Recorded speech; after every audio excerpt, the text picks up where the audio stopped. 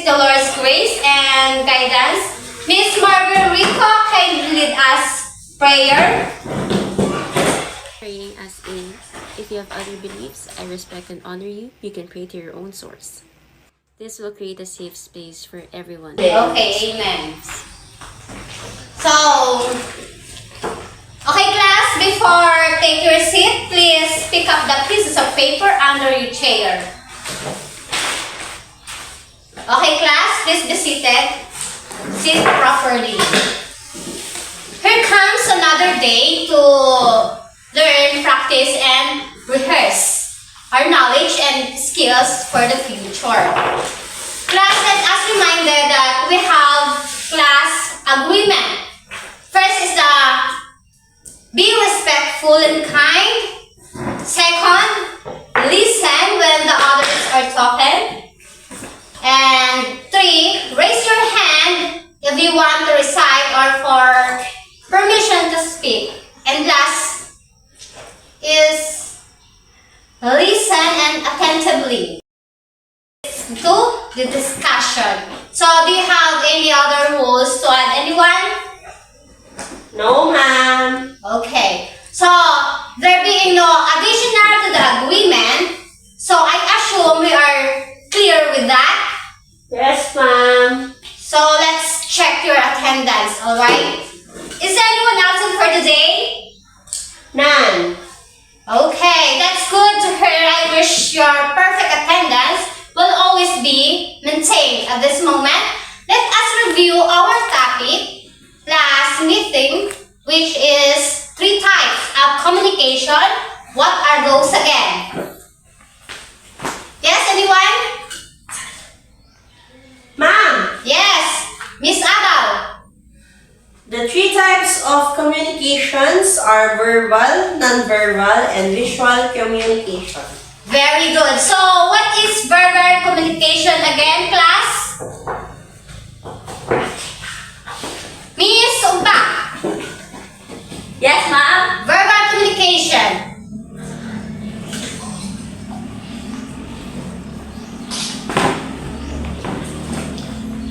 Miss Umpa.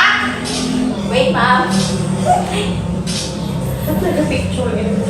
Okay. Ma'am, verbal utilizes the spoken words either face-to-face or remotely, ma'am. Okay. Very good. So, what is non-verbal communication? Anyone who wants to answer? Yes? Miss Abel. Non-verbal communication is the transmission of message or signals through non-verbal platforms such as eye contacts, facial expressions, gestures, postures, and other body language. Okay, very good. And that's right. And the last is visual communication. Anyone? Miss Levi Vito, what is visual communication? Visual communications is the practice of using visual elements to communicate informations or ideas. Oh, very good. In class, I'll be showing you some pictures and tell me what you observe, okay? Yes, ma'am. Okay, this is one. Here. Ma'am! One. Oh. Miss Abel. Picture. The girl on the picture is writing, ma'am. Very good. Oh, how about picture number 2? Miss Nina. We'll go. Picture number 2. The girl on the picture is reading, ma'am. Okay, very good. And then picture number 3. How about this person? What does she do? Ma'am! Oh, She is speaking, ma'am. that's right. Very good. And how about picture number 4? What are you doing in the last picture? Ma'am, What do the students? the students are listening, ma'am. Hi, very good. Next is class. Thank you for your observation. According to you, the people in the picture are writing, reading, watching reading, viewing, and listening. And these in particular are what we call the macro skill in the communication. So, what is macro skills? Anyone? Any idea about macro skills? Mama! Yes! Vito! Macro skills refer to the primary key, main, and largest skill set relative to a particular context. Mastering these skills will help a learner become more competent in speaking, pronunciation, vocabulary, grammar, and spelling. In communication, we have two factors of macro skills: productive skills and receptive skills. Okay, so what is productive skills? Ma'am! Yes! Silosa!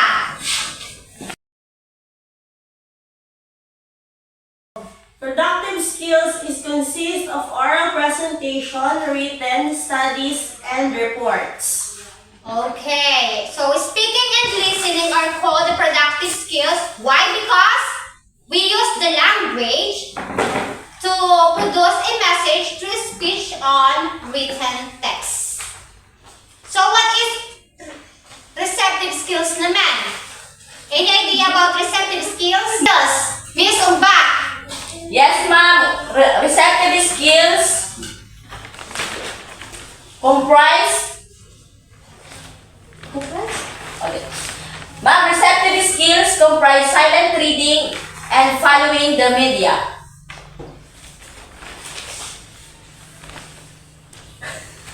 Right, let us first discuss the macro skill. Under the receptive skills, kindly read the definition about listening, class. Listening.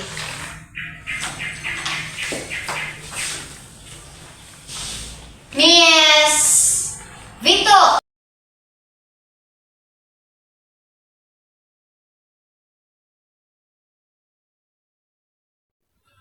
Listening is the most important skill in communication.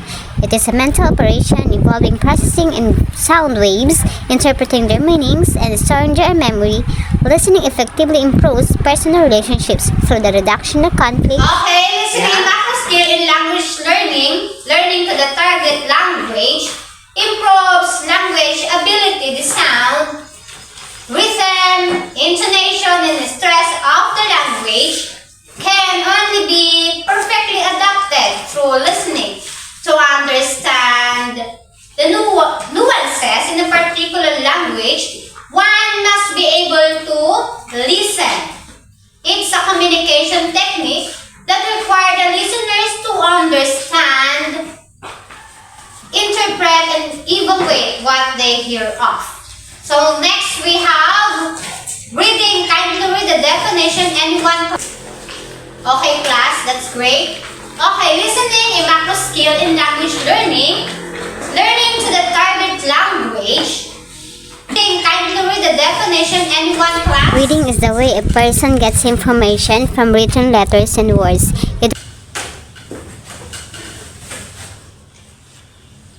Okay, thank you. So, reading is the way of gets information from written letters and words. It means that reading teaches us new words and perspective. It helps strengthening language and sharpens sentence structure.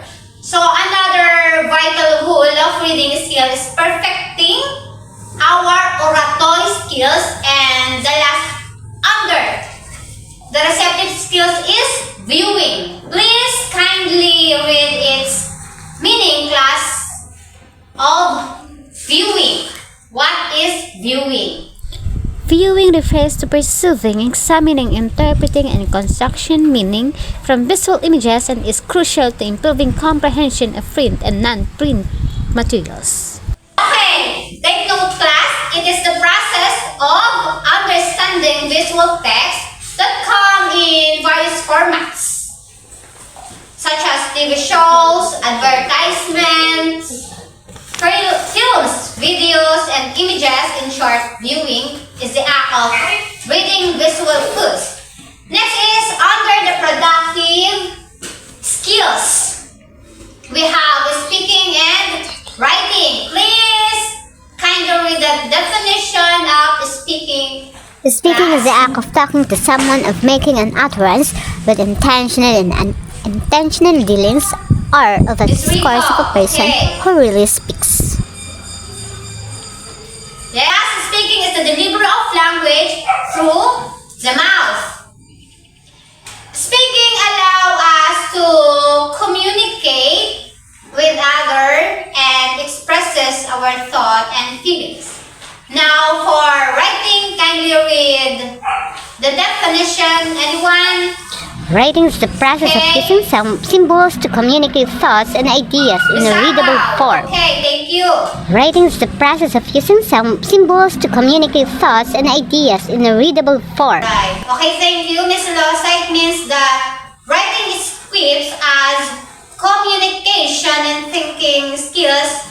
Writing is the process of using symbols to communicate thoughts and ideas in a readable form. There are 5 writing process: the pre-writing, drafting, revising, proofreading, publishing. So, what are they means? So in pre-writing phase involves developing an outline for blogs, post any of other type of content that you are working on. For drafting, it is where you turn your outline ideas into the first draft of your story or essay. While revising is a key element of writing process, allowing you to receive your post. And for proofreading means examining your text. And for proofreading means examining your text carefully to find and correct typographical errors and mistakes in the grammar, style, and spelling. And the publishing is the last stage where writers submit their work to the publisher. And the publishing is the last stage where writers submit their work to the publisher. Now who can give the receptive skills in communication? Listening, reading, and viewing are receptive skills since learners need to process and understand language being communicated to them in spoken, written, and watching form. Okay, that's right. How about in productive skills? Yes? Anyone? Speaking and writing are productive skills since learners need to produce language to communicate their ideas in either speech That's or right. text. Speaking and writing are productive skills since learners need to produce language to communicate their ideas in either speech or text. Alright. Gradually, these macro skills are all important. Who can give me one importance of these macro skills? Okay, class, do you understand the lesson? Yes, ma'am. Okay. Are there any more questions? No, ma'am. That's right. Okay, class, let's proceed for an activity. You will be grouped into 2 groups. This side will be the group 1. And the other side will be the group 2. Let's test your memory and your listening and writing skills. I will give a dictate words. All you have to do is listen and wait for further instructions. There will be no repetition, so listen carefully. 1 is pillow, mattress, insomnia, dream, music, marathon, photos, art, cloner, store, Netflix, internet, translate, files, clock, calendar, player, manager, and pronounce.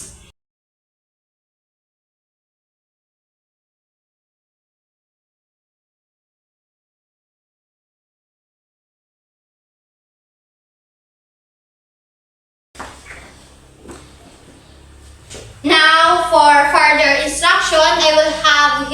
to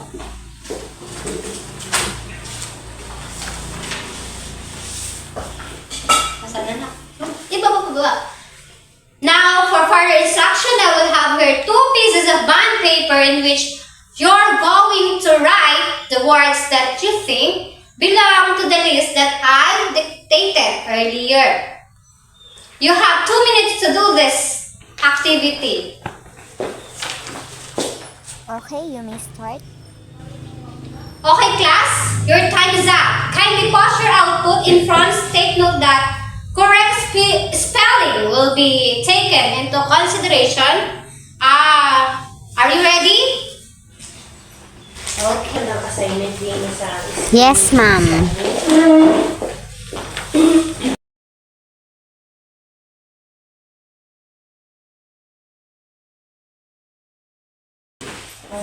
Hindi pa doon.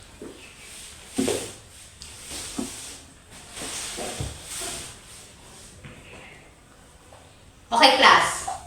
That's right. Let us now check if whose group got more correct answer. Okay, all groups are correct. Very good. Based on the activity class, what are macro skill communications? Okay, that's right. It is important for us to pay attention to people when they are speaking to you. Especially if it's an important conversation. To sum up our discussion, what are the 5 writing process?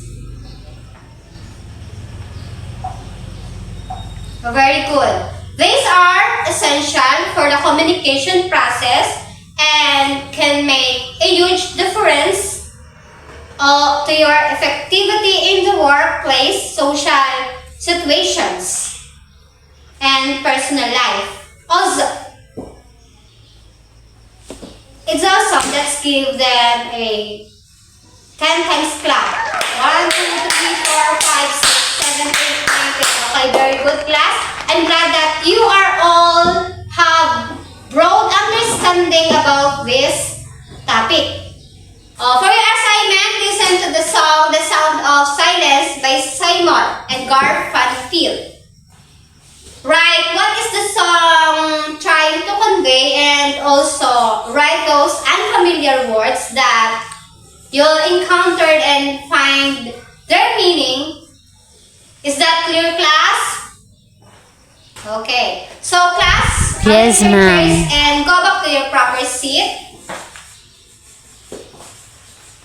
Okay, that's all for today. Goodbye, class.